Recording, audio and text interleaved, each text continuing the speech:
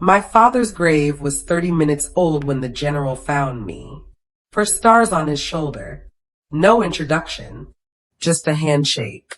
A white card with a Swiss phone number and 7 words delivered in a voice so low the wind almost took them.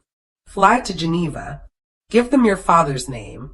Then he walked away between the white stones and disappeared. I stood there holding that card while my brother was already texting me about the estate. My father had been a Navy SEAL who drove a 12-year-old truck and clipped coupons. I had absolutely no idea what I was about to find out.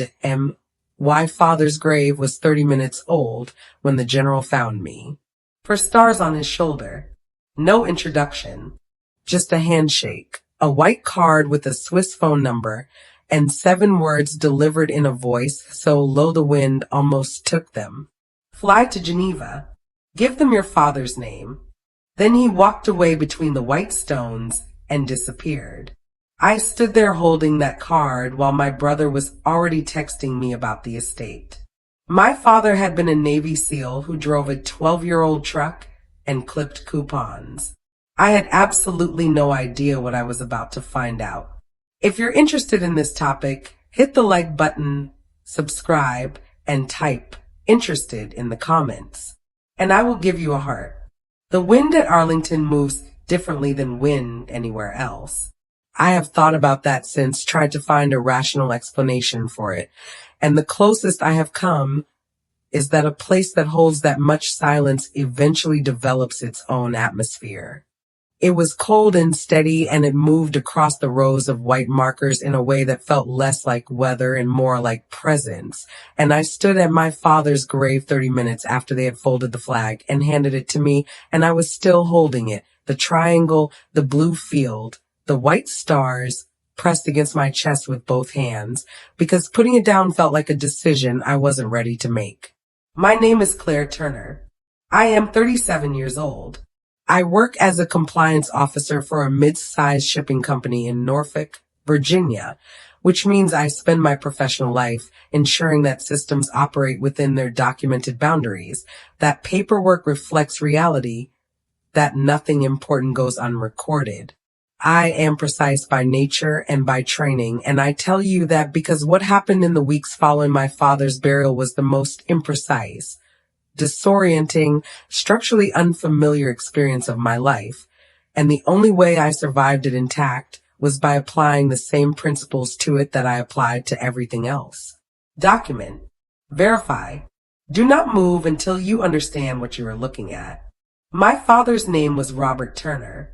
He was 64 years old when his heart stopped in his kitchen on a Tuesday morning in October, and he was found by his neighbor, Mrs. Halliday, 2 days later when he didn't answer the door. That detail, the 2 days, is the one I have returned to most often in the quiet. Not with guilt, because I have made my peace with it, but with the particular grief of understanding that a man can be so self-contained, so practiced in the art of needing nothing from anyone, that his absence takes 48 hours to register. My father was a retired Navy SEAL.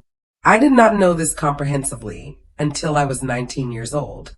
I mean that in the specific sense. I knew he had served. I knew the branch. I knew the general outline of a military career that had ended before I was old enough to ask the questions that would have produced real answers.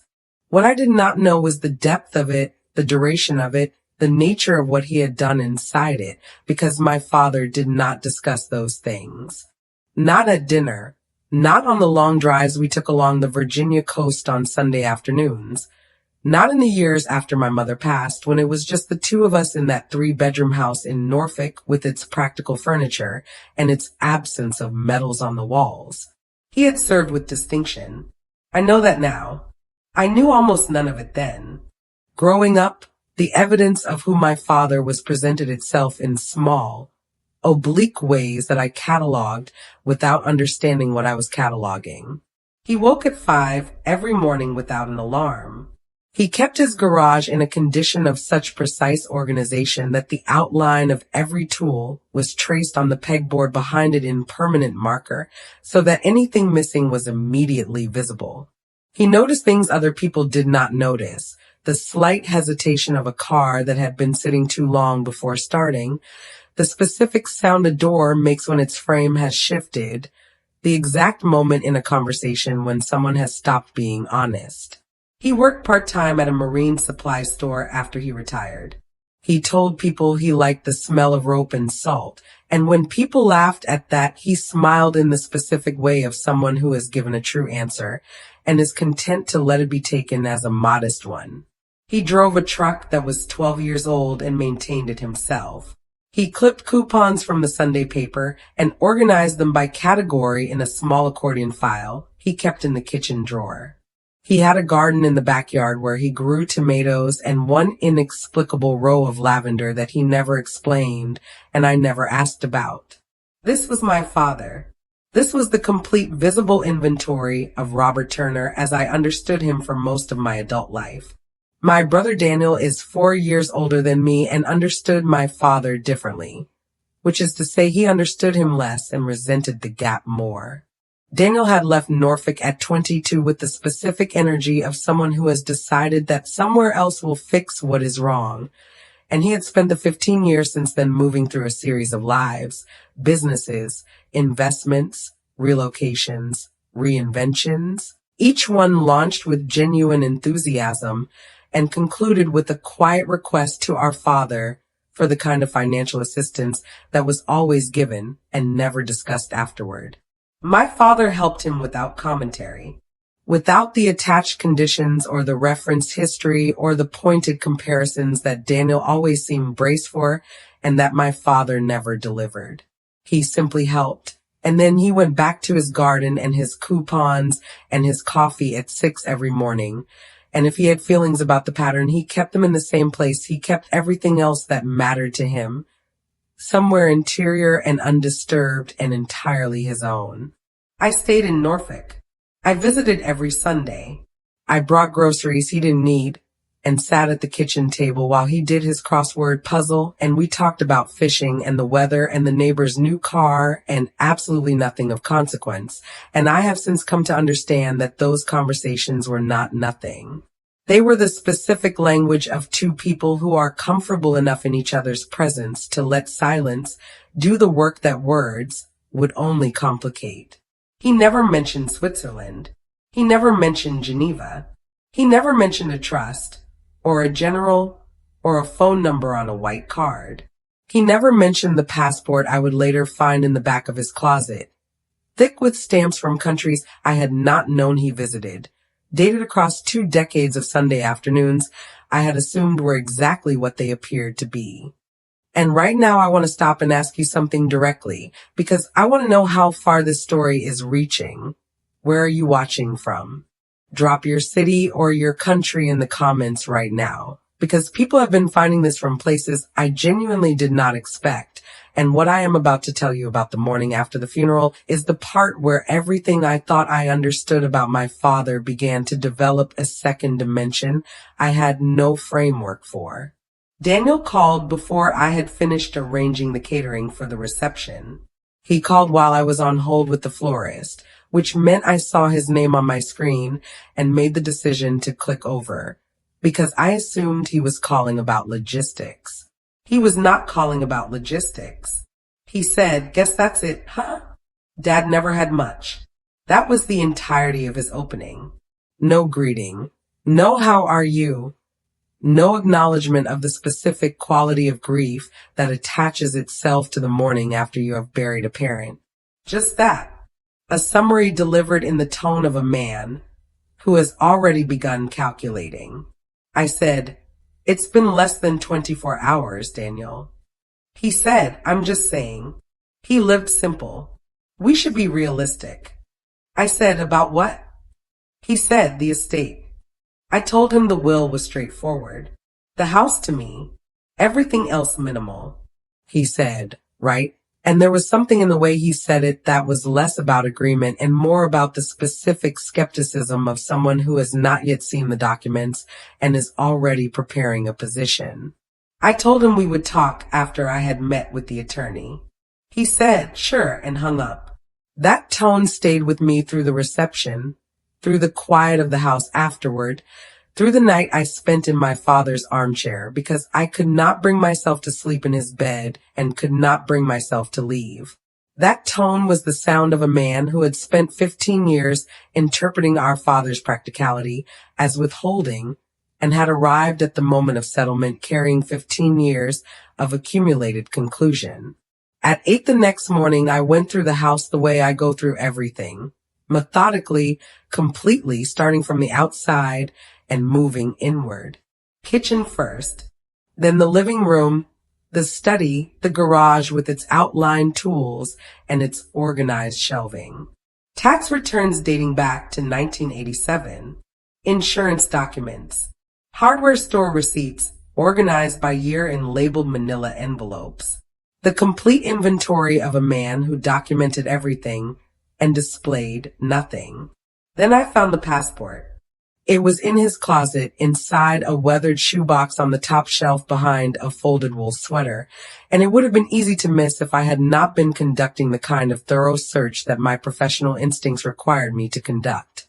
I opened it standing in his closet in the particular quiet of a house that has recently lost its primary occupant and is still adjusting to the new acoustic of itself. The pages were dense. Switzerland, France, Germany, Austria, Belgium. Stamps dating back to 2003. Trips of 3 to 5 days each, occurring 2 or 3 times a year with the regularity of something scheduled rather than spontaneous. My father had been traveling internationally, consistently, for nearly 20 years, and he had done it in the specific spaces between the Sundays we spent at the kitchen table talking about fishing and the weather and the neighbor's new car.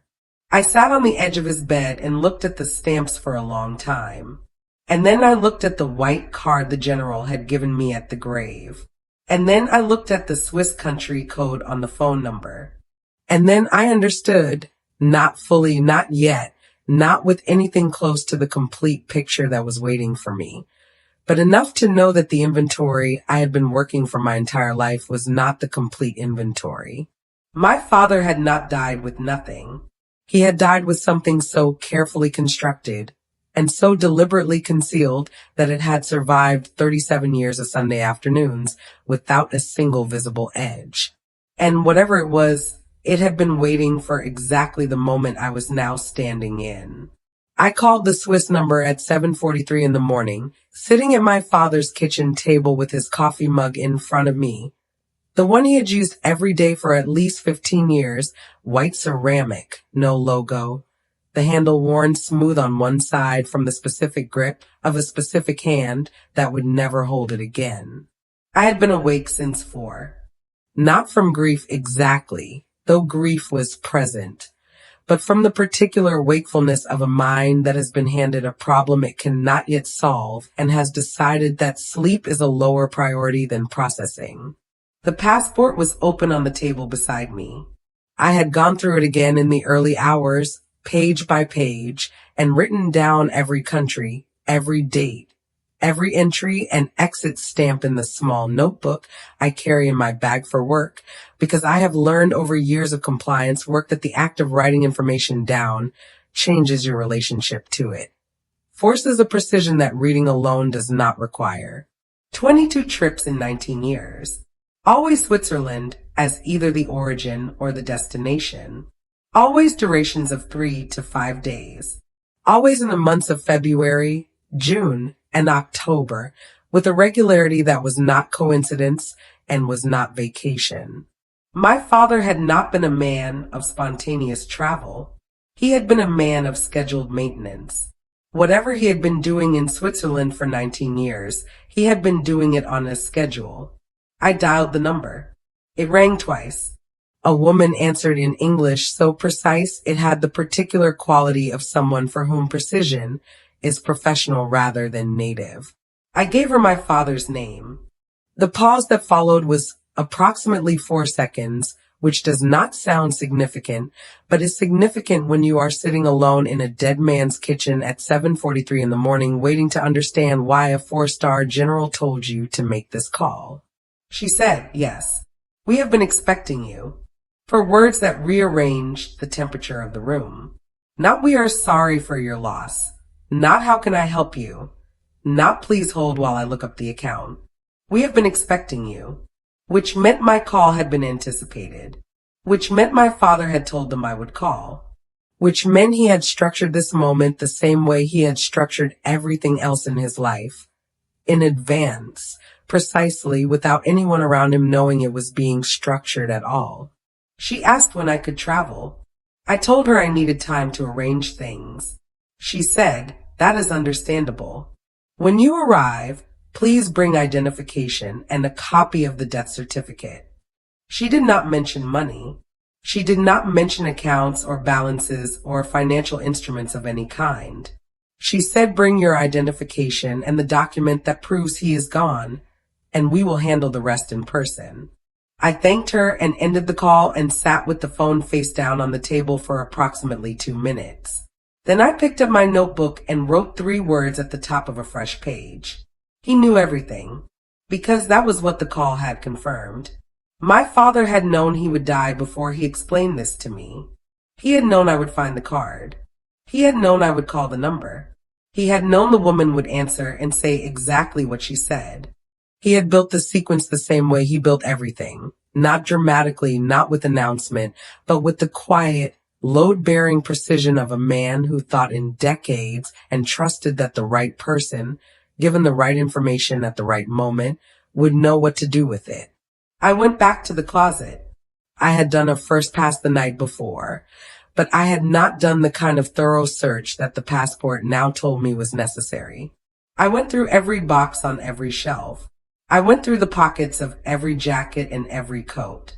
I found nothing that morning that changed the picture, but I found something in the garage that afternoon that deepened it considerably. My father's garage was, as I have said, a space of extraordinary organization. Tools outlined in permanent marker on the pegboard. Shelving labeled in his block letter handwriting. Automotive supplies arranged by type and then by frequency of use. It was the garage of a man who believed that a well-maintained system never required an emergency. Against the back wall, partially obscured by a rolling toolbox I had to move on its casters to access fully, was a metal filing cabinet. 2 drawers, standard office issue, the kind of cabinet that costs $40 at an office supply store and lasts for decades, because there is nothing complicated about it. It was locked. The key was not on my father's keyring. I found it 17 minutes later, taped to the underside of the second shelf of the workbench, inside a small paper envelope that had been secured with electrical tape that had gone slightly brittle at the edges from age and temperature. The envelope had no marking on the outside. My father had not labeled it because he had not needed to. He had known that the person who would eventually look for it would be thorough enough to find it and would not need the label to understand what it was for. I unlocked the cabinet. The first drawer contained what I expected: automotive records, maintenance logs for the truck, warranty documents for appliances going back to the 90s. Organized, dated, filed in the specific way of someone who understands that documentation is not bureaucracy, it is protection. The second drawer was different. It held 3 things. A sealed envelope with my name written on the front in my father's block letters. A smaller envelope, unsealed, containing a business card for an American attorney in Norfolk named Thomas Reeves, with a handwritten note on the back that said, "He knows enough. Call him before you call anyone else." And a single folded sheet of paper that I opened and read twice before I understood what I was looking at. It was a document summary. 1 page, neatly typed, dated 3 months before my father died. At the top, a reference number. Below it, a name, the same Swiss bank institution the woman on the phone had been calling from. Below that, a single line. Trust instrument established 2002. Current value. See in-person disclosure. Primary trustee upon death of grantor, Claire Marie Turner. My full name, middle name included. On a document my father had typed 3 months before his heart stopped, filed in a locked cabinet in his garage, with a key taped under a workbench shelf. I sat on the concrete floor of his garage with my back against the rolling toolbox and read that line 4 more times. Primary trustee upon death of grantor, Claire Marie Turner. He had not left me a house and a minimal estate. He had left me the house as the visible inheritance, the one that would appear in the will, the one that Daniel would see, the one that would produce exactly the assessment Daniel had delivered on the phone within 24 hours of the funeral. He had left me the house because he needed Daniel to believe that the house was the inheritance, that there was nothing else, that the inventory was complete. And then he had left me this: a filing cabinet key, a Swiss phone number, a general at a graveside, and a document with my name at the top of a trust that had been accumulating for over 2 decades. I called Thomas Reeves the following morning. He answered on the first ring, which told me he had been expecting my call too, and the specific quality of his greeting, not surprised, not formal in the way of a first contact, but steady in the way of someone picking up a conversation that had been paused, confirmed it. He said, "Miss Turner, I'm sorry about your father. He was a remarkable man." I said, "How long did you know him?" He said, 11 years. He came to me in 2013 to review the trust structure and ensure it was properly cross-referenced with Virginia state law. We met annually after that. I said, "He never mentioned you." Thomas said he wouldn't have. He was very specific about keeping the components separate until they needed to be assembled. Components. He used that word deliberately, and I registered it the same way I registered everything now, with the heightened attention of a person who has recently discovered that the man she thought she knew had been operating on a different level of complexity than anything she had been shown. I asked him what I needed to know before I traveled to Geneva. He was quiet for a moment. Then he said, "I want to answer that question carefully, because there are things that will make more sense once you've seen the Swiss documents in person." I said, "Tell me what you can." He said, "Your father built something substantial, the kind of substantial that changes the nature of certain conversations." I said, "Daniel." Thomas paused. "Your brother contacted me this morning," he said, "before you called." The temperature of the room changed again. I said, "What did he want?" Thomas said, "He asked whether there were assets beyond what appeared in the will." I said, "What did you tell him?" Thomas said, "I told him the will reflected the complete documented estate as filed in Virginia." That was precise, and it was also not a complete answer. And I recognized in that precision the same quality. I had spent 37 years watching my father deploy in conversations where the truth existed at a different layer than the question being asked. I said, "He's going to push." Thomas said, "Yes. Which is why I need you in Geneva before he retains someone who starts pulling on threads." I booked the flight that evening. I told Daniel I was meeting with the estate attorney to wrap up paperwork. He said, "Make sure you don't do anything stupid." I said, "I'll be in touch." What I did not tell him was that I had spent the last 3 days discovering that our father, the man who clipped coupons and smelled like motor oil and drove a 12-year-old truck and never put a single medal on a single wall, had been building something across 2 decades and 2 continents that Daniel had never once imagined existed. And that whatever it was, it had my name on it. And that I was about to go find out exactly what that meant. I landed in Geneva on a Thursday morning, and the city received me the way cities receive people who are carrying something significant, without ceremony, without adjustment, with the complete indifference of a place that has seen too much of consequence to register any single arrival as remarkable. The airport was clean and efficient in the specific Swiss way that efficiency feels less like a feature and more like a philosophy. Signs in 4 languages. Customs officers who process documents with the particular unhurried precision of people who understand that speed and accuracy are not the same thing and have chosen accuracy. I moved through it with my carry-on and my father's passport and the death certificate in a folder against my chest, and I did not feel like a woman about to discover that her father had built something substantial across 2 decades.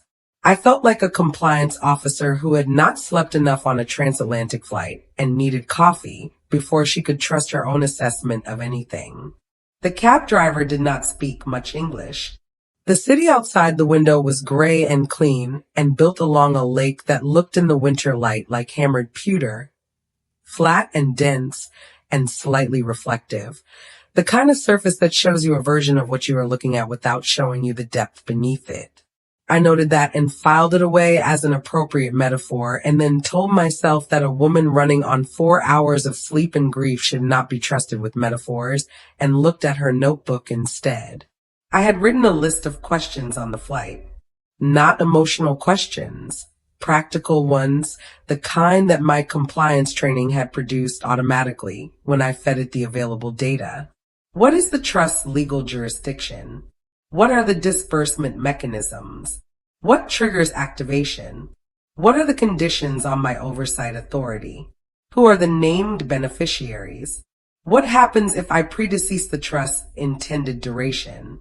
17 questions in total, written in the same block letters my father used, which I had not noticed until somewhere over the Atlantic, and which had made me put the pen down for a moment and look out the window at nothing. The bank building was not what I had imagined, which is to say it was not what movies have trained people to imagine when they think about Swiss private banking. No marble columns, no uniformed doormen, no architecture designed to communicate the specific theater of old money. It was stone and glass, understated, set on a street where every building had the same quality of expensive restraint, as if the entire block had agreed that the most powerful statement available to anyone of real substance was the complete refusal to make a statement at all. My father would have approved of it. I gave his name at the reception desk. The woman behind it did not react in any visible way, but she made a call, and within 3 minutes a man in a dark suit appeared at the edge of the lobby and walked toward me with the unhurried, deliberate stride of someone who has done this specific thing many times and understands that the people he is walking toward are usually in a state that benefits more from steadiness than from efficiency. He introduced himself as Mr. Brandt. He did not give a first name. He said he was sorry for my loss in the way of someone who means it professionally, which is different from not meaning it. It is simply a more precise form of condolence, stripped of the performance that grief sometimes produces in people who are unsure what to do with someone else's loss. He led me down a corridor that smelled of polished wood and climate-controlled air. No art on the walls, no decorative elements of any kind, just doors and quiet, and the sound of my own footsteps on flooring that absorbed sound rather than reflecting it. We sat in a private office, a small table, for chairs, a window that looked onto an interior courtyard where a single tree stood bare in the winter without apology. Mr. Brandt opened a folder. My father's signature was on the first page, dated February 14th, 2002. In the same block letters I had been looking at my entire life, and seeing it there, on a document in a building in Switzerland, signed 22 years before I sat in this chair, produced a sensation I can only describe as the floor of my understanding dropping by approximately 6 inches. He established the trust here in 2002, Mr. Brandt said. It has been maintained with consistent contributions since that date. He slid the summary sheet across the table. I looked at the number. I want to be honest about my response to that number, because I think honesty about money is rare and important, and my father would have valued it. My first response was not excitement. It was not relief. It was the specific disorientation of a person whose internal model of reality has just been revised by a factor she did not have available to her when she built the model. The number was $12 million, not in Swiss francs. The trust was denominated in US dollars by my father's specific instruction, which Mr. Brandt noted was unusual for a trust of this structure, and which told me, immediately, that my father had not been thinking about Switzerland when he built this. He had been thinking about Virginia. He had been thinking about what would come next, at home, after he was gone. This cannot be right, I said. It is correct, Mr. Brandt said. He said it without emphasis, in the tone of a man who has delivered numbers of this magnitude before and has learned that the most useful thing he can do in the moment immediately following is simply to confirm the accuracy and then wait. How? I asked. He said investments, conservative ones, long-term, managed with consistency across 2 decades. He also noted that my father had declined multiple opportunities to make personal withdrawals from the fund. He said this last part with the specific weight of someone including a detail they consider significant, and I registered it the same way. My father had built $12 million and had not touched it. Not once. He had lived in a 3-bedroom house in Norfolk and driven a 12-year-old truck and clipped coupons from the Sunday paper, and had not touched $1 of it. I asked what the trust was designed to support. Mr. Brandt opened a second folder. Inside were anonymized summaries, no names, just situations. A daughter whose father had suffered a stroke, her tuition covered for 4 years. A widow in Texas whose mortgage had been quietly brought current for 3 consecutive years. A man in Oregon who had required specialized medical treatment unavailable in his state. His transport and accommodation covered without application or paperwork on his end. A family in Georgia whose patriarch had come home from deployment with injuries that the VA system had inadequately addressed, their gap in coverage filled without announcement. These were not grants administered through a foundation with a board and a gala and a press release. These were direct, quiet, precise interventions in specific lives at specific moments of specific need, structured so that the people receiving the help often could not trace it to its source. You don't advertise help, my father had once said to me, and I had thought he was talking about the time he shoveled Mrs. Halliday's driveway without being asked. He had been talking about this. He had been talking about a 22-year practice of finding former service members and their families in the gap between what the government had promised them and what the government had actually delivered, and filling that gap with money he had accumulated through discipline and consistency and the complete absence of personal indulgence. I sat back in my chair. Mr. Brandt waited, because he was very good at waiting. I asked about my role. He said I was the successor trustee, that the funds could not be dissolved, redirected, or liquidated without my explicit authorization, that the disbursement structure would continue exactly as my father had designed it unless I chose to modify it, and that modification required a formal review process with a 60-day notice period built in, which my father had specified deliberately because he had wanted any change to require reflection rather than impulse. He had built a 60-day cooling period into the architecture of the trust because he understood that money produces urgency, and he did not trust urgency with the things he had built. I thought about Daniel immediately. I thought about the phone call within 24 hours of the funeral. I thought about the text message that said, "Make sure you don't do anything stupid with the estate," and the visit to the house where he had walked through the living room like a man taking inventory. Are there other beneficiaries? I asked. In terms of family, Mr. Brandt said carefully, the trust names you as the sole trustee and grants you discretionary authority over a family stabilization allocation. There is a clause, he said, that allows annual distributions to immediate family members, but the clause specifies that such distributions must be structured, documented, conditional, and subject to financial accountability review. My father had not cut Daniel out. He had built a door with a lock on it and given me the key and specified exactly what conditions had to be met before the door could be opened. He had done this knowing Daniel. He had done this knowing me. He had trusted me with the structure because he had spent 37 years watching me respond to complexity with precision rather than with the particular mixture of frustration and entitlement that complexity had always produced in Daniel.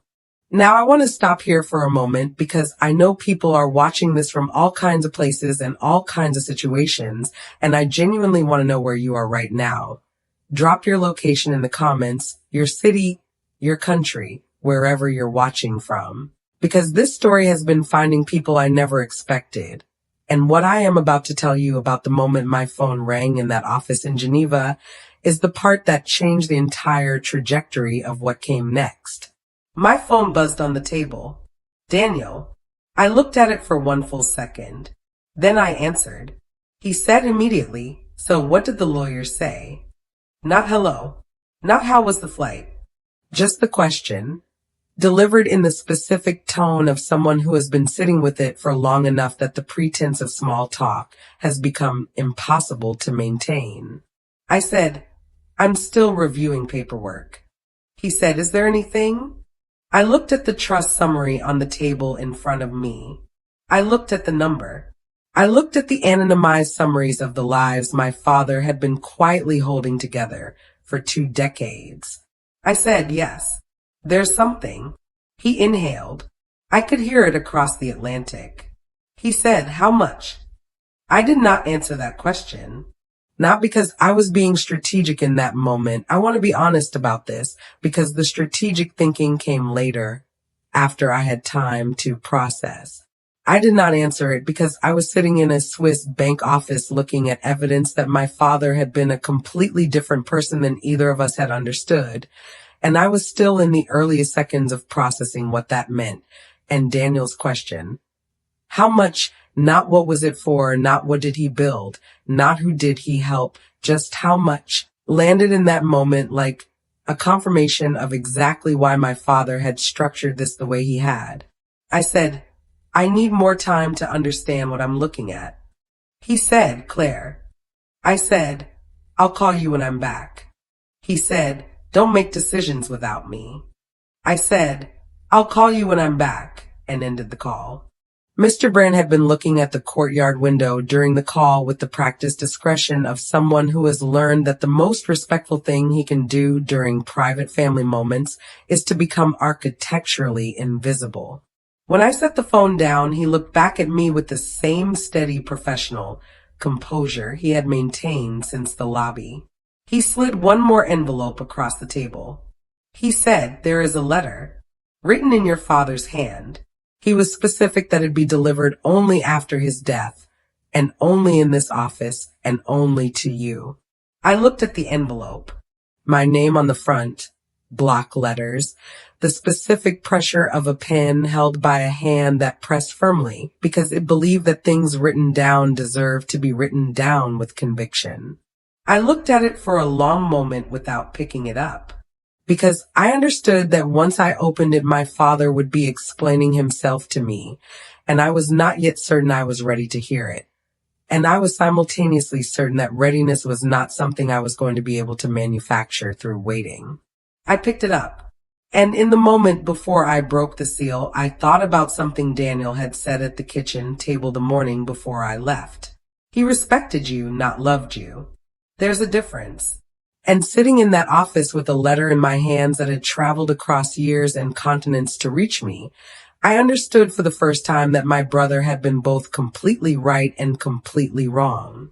My father had loved both of us with the specific, unconditional, non-negotiable love of a man who did not use that word because he considered actions to be a more durable currency. But he had trusted only one of us. And trust, it turned out, was where he had kept everything that mattered. My father's letter was 4 pages, and I read it 3 times in that office before I put it down. The first time I read it for content. The second time I read it for tone. The third time I read it the way you read something written by someone you thought you knew completely and have just discovered you knew partially. Looking for the places where the person on the page connects to the person in your memory and trying to understand why the connection had been so invisible for so long. He opened without preamble because he was incapable of preamble, because preamble was decoration and decoration was something he had spent his entire life refusing. He wrote, "If you are reading this, then I did not find the right moment to explain it in person.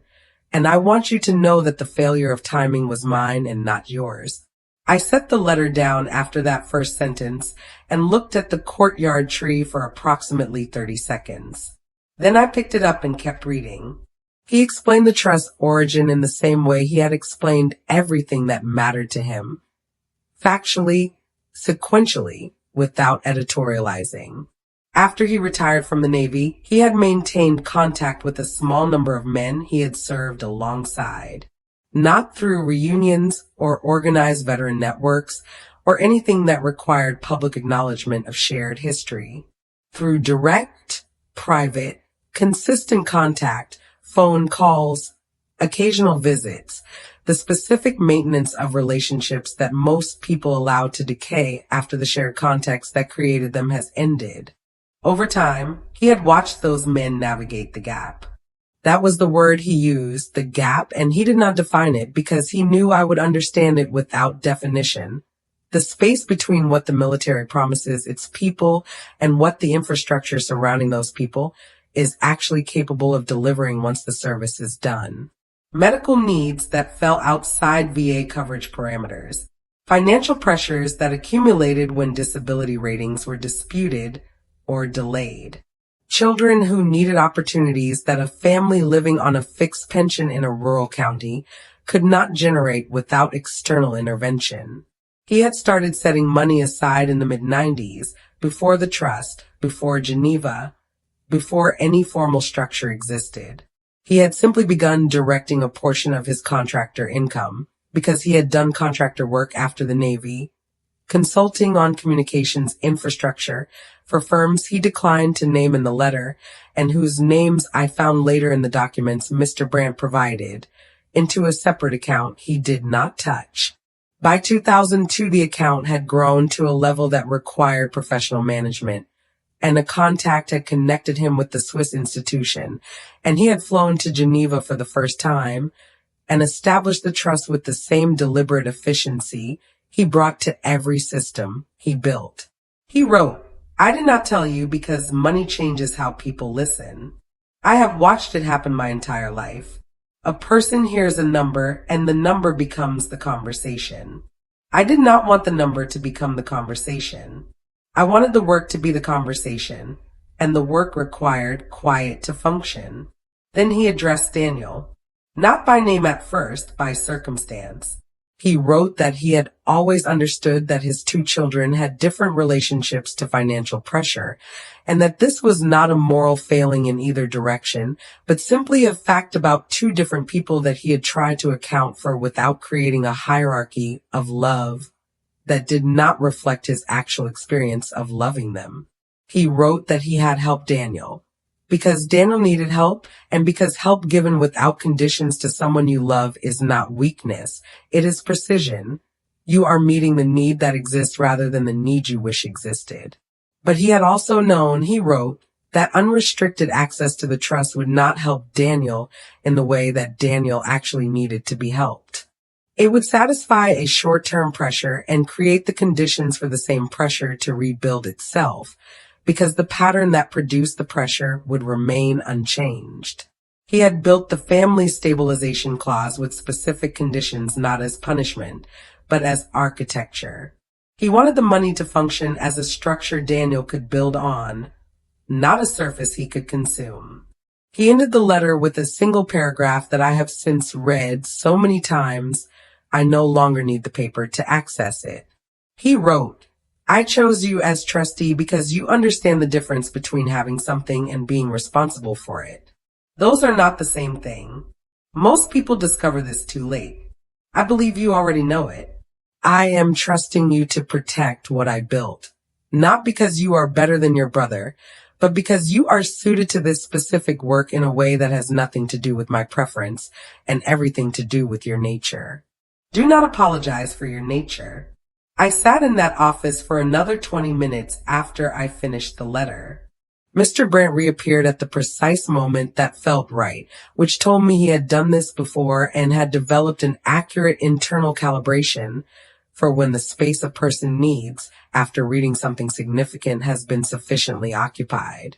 He provided me with a complete document package, trust instrument, investment records, disbursement history, beneficiary contact protocols, legal references for both Swiss and American jurisdiction, and the contact information for Thomas Reeves's counterpart in Geneva, who handled the international compliance elements. He also provided me with a timeline, $12,340,000, accumulated over 22 years of consistent contribution and conservative investment management. My father had never once in that period chosen a high-risk instrument. He had never chased a larger return at the cost of stability. He had built it slowly and protected it completely, and it had grown the way things grow when they are tended correctly and left alone.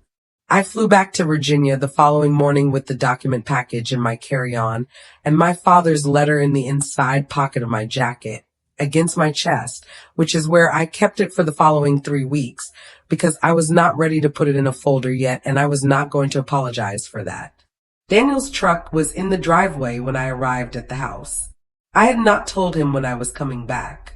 He had a key, which my father had given him years ago and which I had not yet thought to reclaim, and he was sitting at the kitchen table with a legal pad in front of him and a pen in his hand, like a man who has been preparing for a meeting that he does not intend to lose. He said, "You move fast." I said, "You move faster." He looked at the folder under my arm. He said, "What's in that?" I said, "Documentation." I sat down across from him and opened the folder and walked him through it the way Mr. Brand had walked me through it, factually, sequentially, without editorializing. I showed him the trust instrument. I showed him the structure. I explained the disbursement history in broad terms without the anonymized case summaries, because those felt like my father's private work, and I was not ready to make them part of a conversation that had Daniel's legal pad in it. He listened. I will give him that. He listened without interrupting, which was not his default setting, and which told me he had come prepared to receive information, as well as to contest it. When I finished, he said, "You control it." I said, "Yes." He said, "And I get what?" I said, "You are not named as a beneficiary." The word landed the way it always lands. He said he cut me out. I said he made a decision. The distinction was not one Daniel was prepared to accept. His jaw tightened and he looked at the legal pad in front of him, and I could see him moving through something internally. The anger, the familiar resentment, the specific recalibration of a man who has just discovered that the inheritance he had spent 24 hours calculating does not exist in the form he had been calculating it. He said, "I'm going to talk to a lawyer." I said, "I assumed you would." He said, "International trust can be challenged, especially if assets weren't properly disclosed in the will." I said, "They were disclosed. The existence of the trust is referenced in the will. The contents weren't itemized. That's standard practice for this instrument type." He looked at me with the specific expression of a person who has just heard something that sounds like it was prepared in advance, which it was, because Thomas Reeves had walked me through exactly this conversation the morning before I flew to Geneva and had advised me on exactly how to respond to exactly these points. Daniel said, "You sound like you've been coached." I said, "I've been informed." He stood up from the table and paced the kitchen the same way he had paced it since we were children when something had not gone the way he needed it to go. He said, "He always trusted you more." I said, "He trusted me with this. That's different from more." He stopped pacing. He looked at me across the kitchen that still smelled like our father's coffee. He said, "What are you going to do with it?" I said, "Continue what he built." He said, "While I'm drowning." I said, "There's a clause." He went very still. I said, "A family stabilization provision. Structured distributions, conditional on financial counseling and documented accountability. It's in the instrument." He stared at me. I said, "He didn't cut you out, Daniel. He built a door. He left me the key. And he specified exactly what it takes to open it." Daniel looked at the legal pad in front of him for a long moment. Then he looked at the pen. Then he looked at me with something I had not seen on his face since we were children standing at our mother's grave. Something beneath the resentment, older than the resentment, the actual thing the resentment had been built to cover. He said he should have just talked to me. I said yes, he should have. That landed differently than anything else I had said because it was not a defense and it was not a position and it was simply true. And truth in the middle of a conversation structured around competing claims has a specific quality that everything else lacks. He picked up his jacket. He said, "I'm still talking to a lawyer." I said, "I know." He left without slamming the door, which told me something about where he actually was beneath the performance of certainty he had walked in with. I sat alone at the kitchen table afterward and reread the clause in the trust instrument, the one my father had written with Daniel specifically in mind, the one that said help was available but not unconditional, that support was possible but not automatic, that the door existed but required something from the person walking through it. He had loved his son. He had known his son. And he had built a structure that accounted for both of those things simultaneously without letting either one override the other. 3 days later, Daniel's attorney filed. And the thing my father had spent 22 years building was about to be tested in the one environment he had designed it specifically to survive.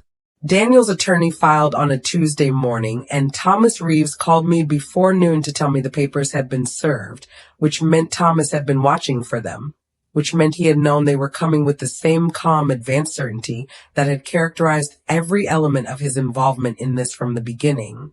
He read me the filing summary in his steady, unhurried voice. Formal petition in the Circuit Court of Norfolk. Challenge to the validity of the trust on grounds of undue influence.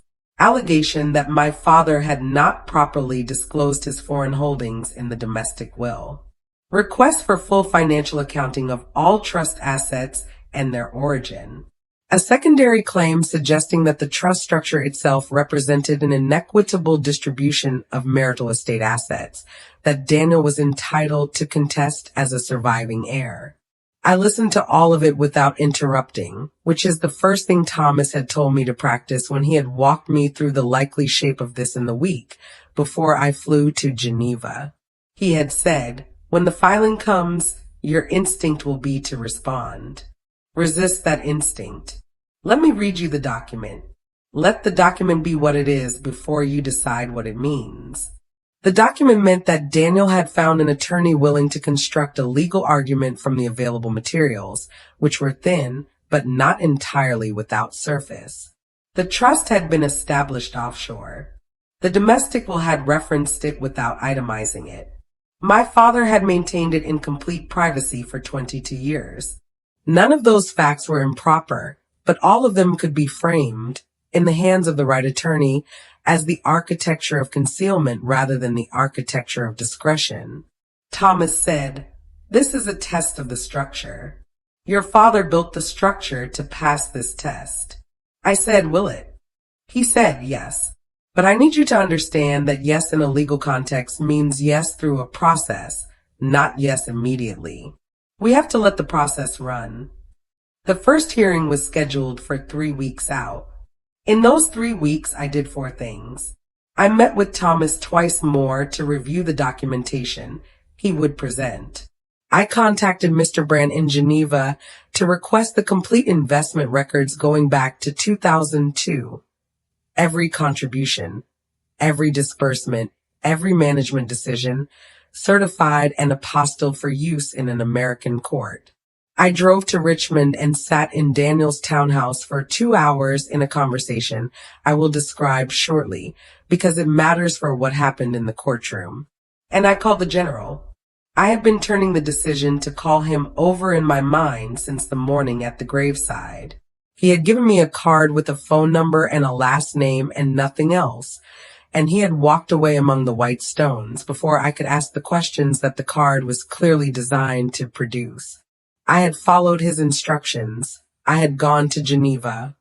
I had given them my father's name. I had understood what was there. But now there was a legal proceeding, and the legal proceeding had produced an allegation of undue influence. An undue influence requires a source, and the only external figure connected to the trust establishment that anyone might point to was the man who had appeared at my father's grave and told me where to go. I called the number on the card. He answered on the second ring. I identified myself. He said, "I've been expecting your call, Miss Turner. Not this soon, but I've been expecting it." I told him about the filing. He was quiet for a moment, not the quiet of someone surprised, the quiet of someone confirming a calculation they had already run. He said, "Your brother is testing the walls." I said, "Yes, and the filing implies influence. I need to know what your relationship to the trust actually was." He said, "I was aware of its existence. Your father told me he had established it because he trusted me and because he wanted someone with institutional standing to be aware that it existed and that it was legitimate." I said, "Did you advise him to create it?" He said, "No. He told me about it after it was already established. He said he wanted a witness who would still be alive when the time came." I said, "A witness?" He said, "Your father thought in decades. He knew this moment would come. He knew someone would challenge it. He wanted someone available to say clearly and under oath that he had acted alone, with full capacity, without influence, because that is what happened." I said, "Would you testify?" He said, "I already told Thomas Reeves I would. 2 weeks ago." I put the phone down slowly after we ended the call and sat with the specific sensation of discovering that a plan had been running on a timeline I had not been aware of, assembled by people operating with information I had not yet had, designed to produce an outcome that had been anticipated years before I was in a position to participate in it. My father had arranged his own defense before he died. He had told the general. He had retained Thomas. He had built the documentation. He had structured the trust to survive scrutiny. And then he had gone back to his garden and his coupons and his crossword puzzles and his coffee at 6 every morning, and he had waited for the timeline to reach the moment where the structure would be needed. The hearing room was beige and fluorescent lit and completely indifferent to the weight of what was being conducted inside it. That is the honest truth about courtrooms. The architecture does not respond to significance. It simply holds it neutrally without comment. Thomas and I sat on one side. Daniel and his attorney sat on the other. Daniel did not look at me when we entered. He looked at the table in front of him with the expression of a man who is committed to a position and is holding it through effort rather than through conviction, which is a different thing and which is visible to anyone who knows the difference. The judge was a woman in her late 50s with the specific economy of movement that comes from years of presiding over rooms where people arrive with maximum emotion, and the court requires minimum of it. She reviewed the filing. Daniel's attorney presented the argument: offshore trust, undisclosed during estate proceedings, potential undue influence, inequitable heir distribution. He was competent. He had constructed the available argument as well as the available material allowed. Thomas responded. He was not theatrical. He was precise. He presented the trust instrument dated 2002. He presented 22 years of investment records, certified and apostilled. He presented the domestic will's reference to the trust, which he noted directly satisfied the disclosure requirement under Virginia law. He presented the disbursement history, anonymized, which demonstrated that the trust had been actively functioning as its stated purpose described for over 2 decades before my father's death. He said the trust predates any relevant conflict by 20 years, and there is no evidence of undue influence from any party. Then the general walked in. He had not announced his entrance. He simply appeared at the back of the room and took a seat quietly. And the specific gravity of 4 stars in a room changes the atmosphere of that room in a way that is difficult to quantify and impossible to ignore. Daniel's attorney noticed him. I watched the attorney notice him. The slight adjustment of posture, the quick assessment, the recalculation happening behind professionally composed eyes. The judge called the general as a witness. He walked to the stand with the unhurried, grounded stride of a man who has been the steadiest person in difficult rooms for 40 years and has no reason to change that now. He stated his name and his rank. He stated his relationship to my father, decades of service overlap, mutual respect, continued contact after retirement. He said, Robert Turner was the most disciplined man I served alongside in 40 years of service. He was not influenced by anyone in matters of consequence. If anything, he was the one doing the influencing. Daniel's attorney attempted a cross-examination. He asked whether the general had known about the trust before my father's death.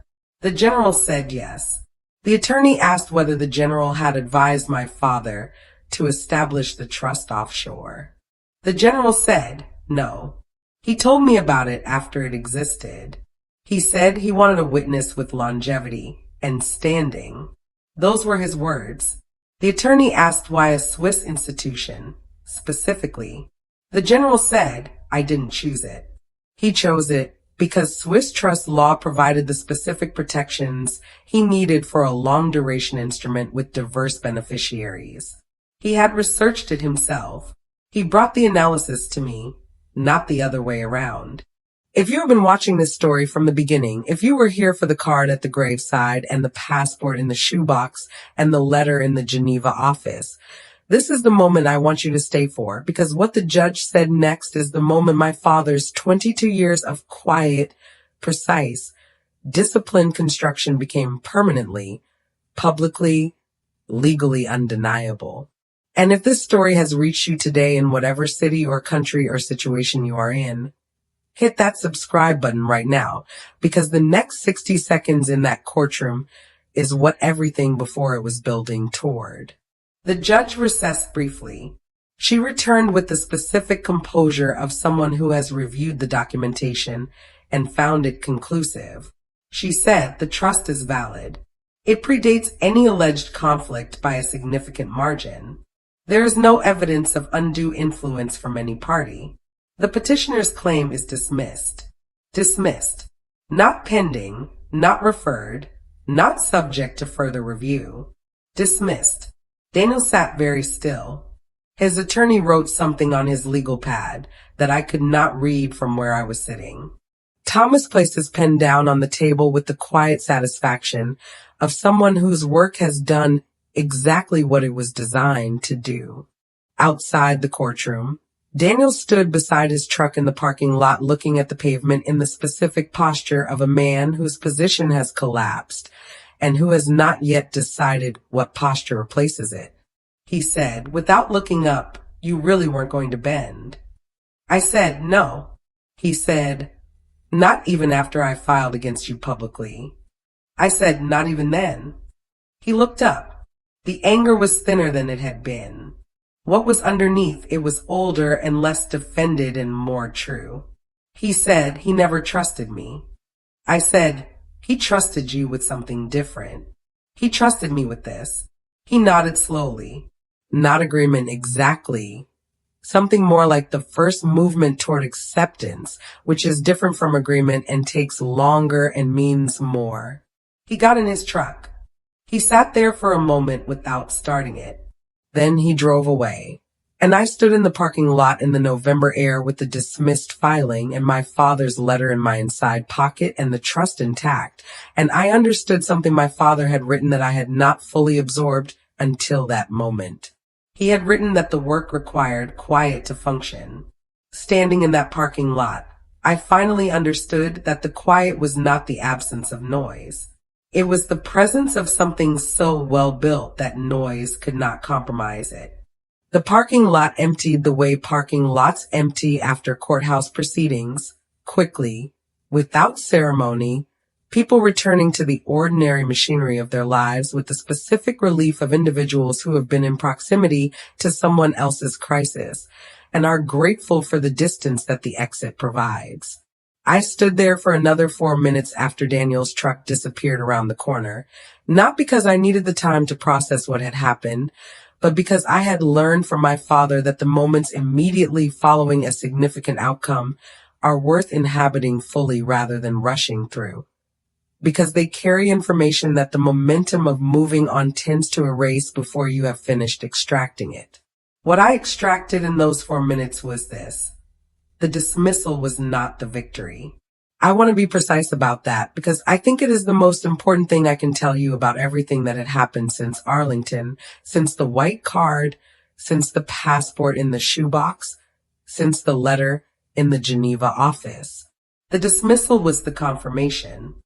It was the legal system doing what legal systems do when the documentation is clean and the structure is sound, and the person who built the thing being contested built it correctly. It simply confirmed what was already true. My father had not needed a courtroom to validate what he had built. He had built it so well that the courtroom was merely the last formality in a sequence he had designed to be conclusive at every stage. The victory, if that is the right word for it, had happened 22 years earlier when a retired Navy SEAL sat across a table from a Swiss banker and signed his name in block letters to a document that would outlast him. Everything since then had been the timeline catching up to a decision that was already complete. I drove back to the house. My father's house. My house. Technically, though the word still required effort to apply correctly, the way a new shoe requires breaking in before it sits right on the foot. I made coffee in his mug, the white ceramic one with the worn handle, and I sat at the kitchen table and opened my notebook and wrote a new list. Not of what had been accomplished, of what came next, because what came next was the actual work, the ongoing, unglamorous, precise work of managing a trust that was currently supporting the lives of 17 families and had the capacity to support more. And that work did not pause for dismissed court filings or personal recalibration or the particular exhaustion that follows an extended period of sustained precision. The disbursements that had been scheduled for the quarter went out within the week. Thomas handled the domestic compliance elements. Mr. Brandt's office handled the Swiss instruments. Between them, the mechanism my father had designed ran exactly as it had been running for 22 years, indifferent to the legal challenge that had just been dismissed, indifferent to Daniel, indifferent to everything except its own function, which was to find the gap and fill it quietly and move on. A daughter in Maryland started her second semester of college. A man in Montana received the final payment in a 3-year mortgage assistance sequence that had allowed him to remain in the home he had built with his own hands after his VA disability claim had been disputed for longer than anyone without resources could have sustained. A widow in Texas, whose situation I had first read about in the anonymized case summary in Geneva, received notification that her mortgage had been brought current for a 4th consecutive year. And I sat with the knowledge of that for a long time because she did not know where the money came from and had no way of knowing. And that was exactly the design. And the design was exactly right. You don't advertise help. You just provide it. I drove to Richmond 2 weeks after the dismissal, not because I had decided to, because I had been thinking about something Daniel had said in the parking lot outside the courthouse, and I could not stop thinking about it. And the only way I know to stop turning something over in my mind is to address it directly rather than waiting for the turning to stop on its own, which it never does. He had said he never trusted me, and I had told him he trusted us with different things, and he had nodded in the way of someone who is not yet convinced, but is no longer actively resisting, and I had watched him drive away, and I had thought about my father's letter, the part where he had written that he had loved both of his children with the same non-negotiable love, and had simply trusted them differently. I needed Daniel to understand the difference between those two things. Not for the trust's sake. The trust was protected now, legally and structurally, and did not require Daniel's understanding to function. I needed him to understand it because he was my brother and because my father had loved him and because the resentment Daniel had been carrying for 20 years was not actually about money and had never been about money. and the money was the only language in which it had ever been expressed, because it was the most available language and the easiest one to point to. He opened the door when I knocked. He looked like someone who had been sleeping less than usual and eating with less attention than usual. The specific physical signature of a person whose internal architecture has been disrupted and who has not yet rebuilt the routines that provide external structure when internal structure is insufficient. He stepped aside to let me in without asking why I was there, which told me he had been expecting me, or something like me, or some version of this conversation, in the way that people expect things they have not yet admitted to themselves they are waiting for. We sat at his kitchen table. Bills on the counter, same as before. Grass too long outside, same as before. The particular atmosphere of a life that has been running on momentum rather than intention for long enough that the momentum is starting to thin. I said, I'm not here to relitigate anything. He said, I know. I said, I want to tell you something about the letter. He looked up. I had not mentioned the letter before. I had kept it in my inside pocket and then in the top drawer of my father's desk when I finally moved it out of my jacket, and I had not discussed its contents with anyone, not Thomas, not Mr. Brandt, no one.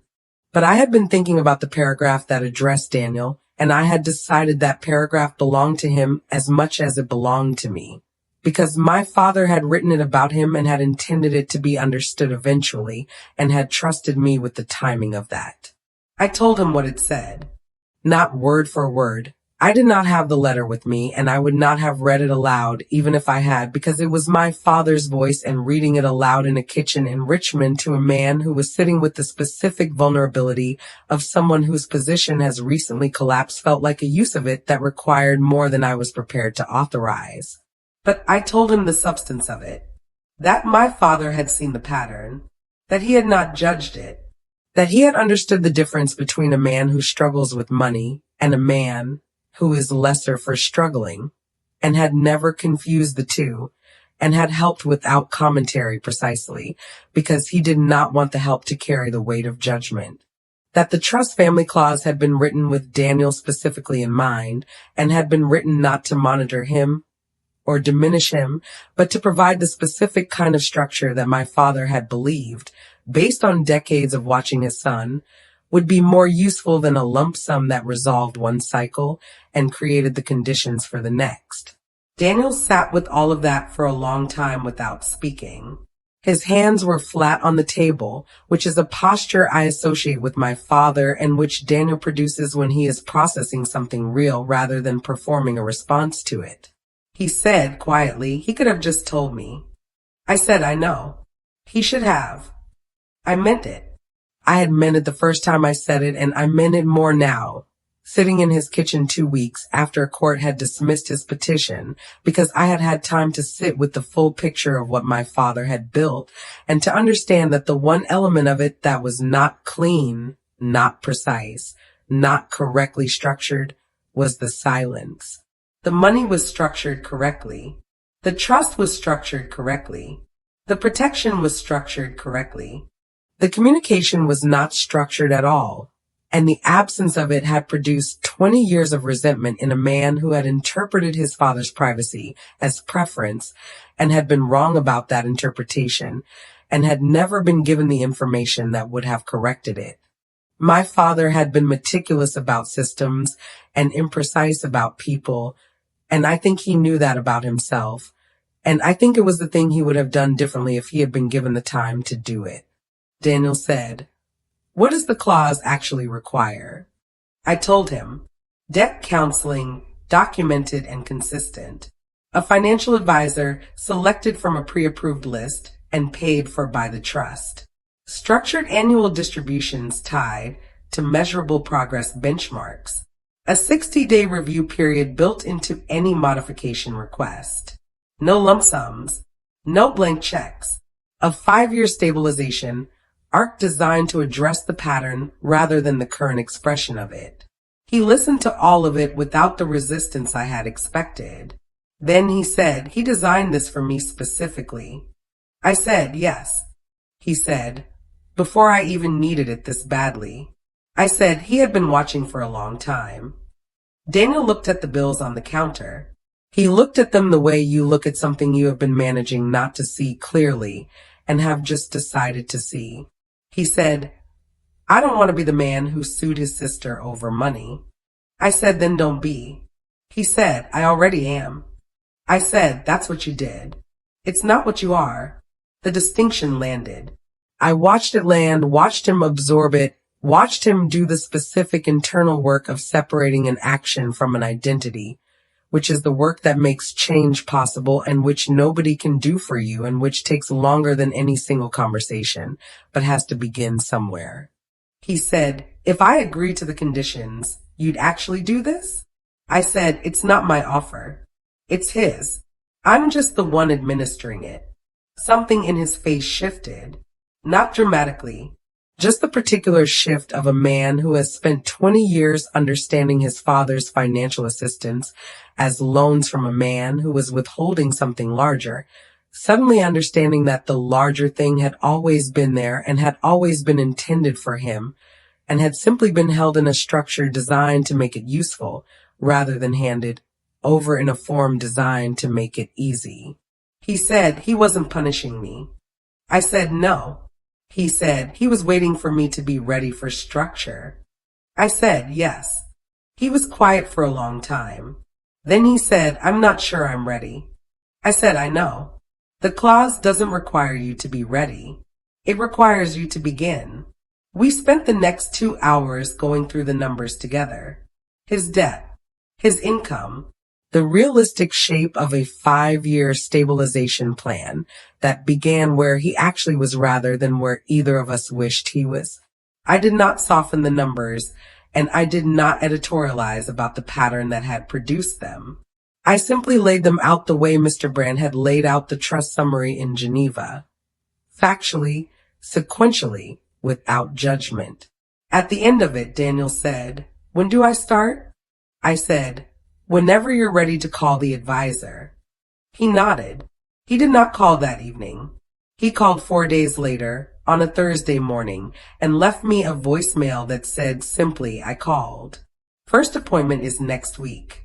I saved that voicemail. I have listened to it twice since then, both times for the same reason, not because the words are significant, but because the voice in them is different from the voice that called me within 24 hours of my father's funeral and said, guess that's it. Huh. Dad never had much. It is quieter. It is less defended. It is the voice of a man who has stopped performing certainty he does not have and has started cautiously, imprecisely, with the specific stumbling quality of real beginning to move toward something more honest. The trust disbursements continued through the winter. The widow in Texas. The daughter in Maryland completing her degree. A new case added in January. A man in upstate New York, former service, traumatic brain injury, inadequate ongoing care. A gap that existed because the gap always exists and someone always has to decide whether to fill it or to look away. I did not look away. I have not looked away since Geneva, and I do not intend to. Daniel completed his first month of financial counseling in February. He sent me the documentation voluntarily, unprompted, in a clean email with the advisor's summary attached and a single line underneath it that said, month 1. Harder than I expected. I replied with 2 words, keep going. I returned to Arlington in the spring. Not on an anniversary. Not on a scheduled occasion. I simply drove there on a Saturday morning because I wanted to stand at the headstone without an agenda, without a card in my hand, without a general approaching across the grass, without any of the architecture of consequence that had surrounded every previous visit. Just the headstone and the wind and the small American flags and the particular quality of silence that Arlington produces in the spaces between the rifle volleys and the folded flags and the protocol.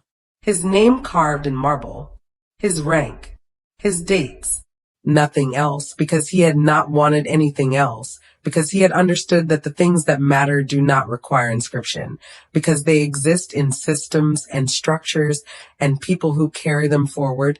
And inscription is for the things that need to be announced, because they cannot otherwise be perceived. I stood there for a long time. I thought about the coffee mug with the worn handle, the crossword puzzles on Sunday mornings, the lavender in the garden that he never explained, the boots by the door that I had not moved, could not move, because moving them felt like the last acknowledgement of an absence I was still in the process of making permanent. I thought about the general walking away among the white stones, and the card with the Swiss number and the 7 words that had opened a door my father had built 22 years in advance of the moment I would need to walk through it. I thought about Daniel's voice in that voicemail. Month 1. Harder than I expected. I thought about my father's letter. The final line of it, the one I had not mentioned yet, the one I have kept for last, because it is the one I return to when the work is heavy and the decisions are difficult, and the precision required to manage something built with this level of intention across this span of time produces the specific weight that only people who are responsible for things larger than themselves fully understand. He wrote, I did not leave you wealth to enjoy.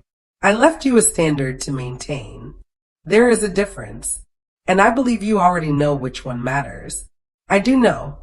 I knew it in the Geneva office, and I know it standing at this headstone, and I know it every morning when I open the disbursement records and make the decisions my father trusted me to make with the same quiet, consistent, unannounced commitment he brought to everything he built. He was a Navy SEAL who drove a 12-year-old truck and clipped coupons and kept a passport full of stamps in a shoebox and never put a medal on a wall. He lived quiet and he built loud, and he trusted me with the difference. And I want to ask you something before you go. Something I have been thinking about since that first morning at the kitchen table with his coffee mug and his crossword puzzle and the complete ordinary invisibility of a man who was, beneath all of it, one of the most deliberate people I have ever known. Is there someone in your life right now who is living quiet and building something you cannot yet see? Someone whose smallness is a choice rather than a limitation, whose silence is a system rather than an absence? Tell me in the comments, because I think there are more of them out there than any of us realize, and I think the ones who are gone left more behind than we have finished finding yet.